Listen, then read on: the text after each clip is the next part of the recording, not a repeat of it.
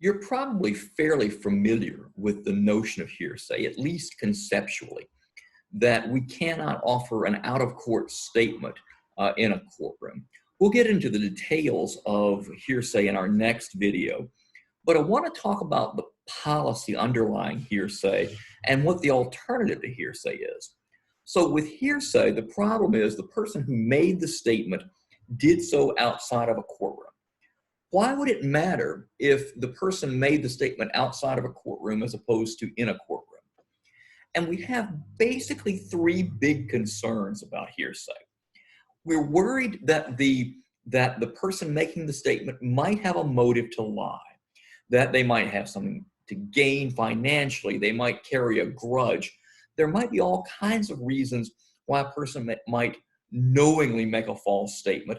And if we have the opportunity to cross-examine the person, we can in advance learn about possible grudges, learn about possible financial motives, and ask the person why or about these particular concerns, and at least make the jury aware of these concerns. And ideally, the Perry Mason moment, give the person a chance to recant, although that really very rarely actually happens.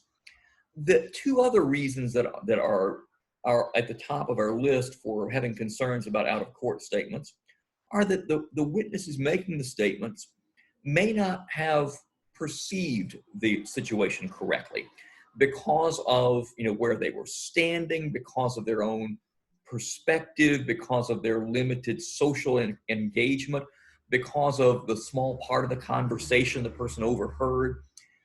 The person who makes the statement, the declaration, may not know the full context, may not have been able to see the situation well.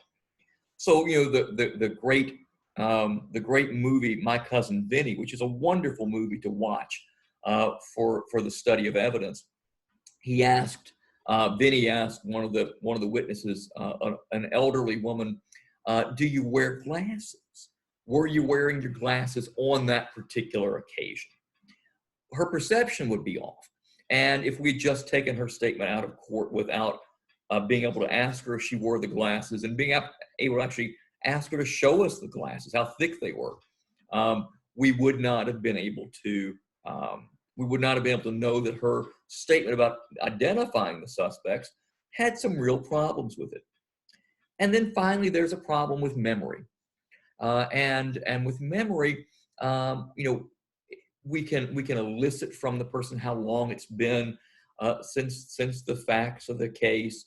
If they've told inconsistent stories, there are a variety of things we can do with cross-examination to show that there are problems with a person's memory. So the three real big fears are bias, memory, and perception with out-of-court statements. And our goal, our ideal is that with cross-examination, we can at least make the jury aware of the problems with a person's statement about the truth and let the jury judge for itself, something that wouldn't be able to happen unless we brought the person into court and they were presented with or caused to answer questions about particular things that showed bias or faulty memory or an incomplete ability to perceive.